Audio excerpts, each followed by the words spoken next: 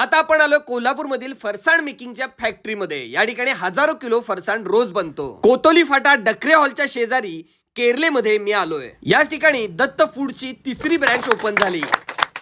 Opening झालेलं आहे आणि छान छान पदार्थ हे खायला मिळणार आहेत इथल्या आजूबाजूच्या लोकांना सुद्धा आता। आणि खूप साऱ्या शुभेच्छा। वैभवला मेडिकल क्षेत्रामधील जॉब काही कारणास्तव सोडायला लागला। घरची परिस्थिती मध्यमच, वडील रिक्षा चालवायचे। जिद्द न हारता त्यांनी चालू केला नमकीन प्रोडक्शनचा व्यवसाय। स्वतः करतात सगळ्या पदार्थांचं प्रोडक्शन। डाळीचं पीठ, कॉर्नफ्लॉवर आणि तांदूळ पीठ थोडंसं घातल्यानंतर हे मिश्रण रेडी झालं आहे आणि ऑटोमॅटिक मळणीच्या मशीनमध्ये आता टाकलेलं आहे। यामध्ये थोडंसं पाणी घालायचं आहे। अशा पद्धतीनं कन्सिस्टन्सी आल्यावर आता हे पीठ तयार झालेलं आहे। याच ठिकाणी बनतो चुलीवरचा फरसाण। त्याचबरोबर केळी वेफर्स, बटाटे वेफर्स सुद्धा यांचे खूप प्रसिद्ध आहेत। चांगल्या क्वालिटीचं तेल सुद्धा यांच्या इथं वापरलं जातं। बारीक शेव आणि मोठी शेव आता रेडी झालेली आहे। आता पापडी सोडण्याचं काम चालू आहे।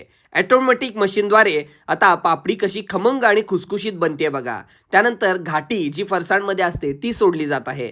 ती सुद्धा एकदम कुरकुरीत आणि छान तळली गेलेली आहे। किती मस्त दिसते बघा, एकदम कलर सुद्धा अगदी व्यवस्थित आलेला आहे। आणि आता या सगळ्यांचं मिश्रण होणार। रेडी झालेला फरसाण आता पॅकिंग करून 3 आउटलेटवर हा पाठवला जाणार। याच ओपनिंगच्या वेळी नरके साहेबांनी सुद्धा या आउटलेटला भेट दिली आणि शुभेच्छा दिल्या। कुटुंबाची साथ आणि जिद्द आणि मेहनत यामुळेच श्री दत्त फूडचा हा व्यवसाय खूप मोठा झाला आहे। त्याचबरोबर आता प्रोडक्शन सुद्धा खूप वाढवलेलं आहे। अशा मराठी व्यावसायिकांच्या बरोबर चैतन्य फूड ब्लॉग नेहमीच आहे आणि तुमचा सुद्धा आशीर्वाद गरजेचा आहे।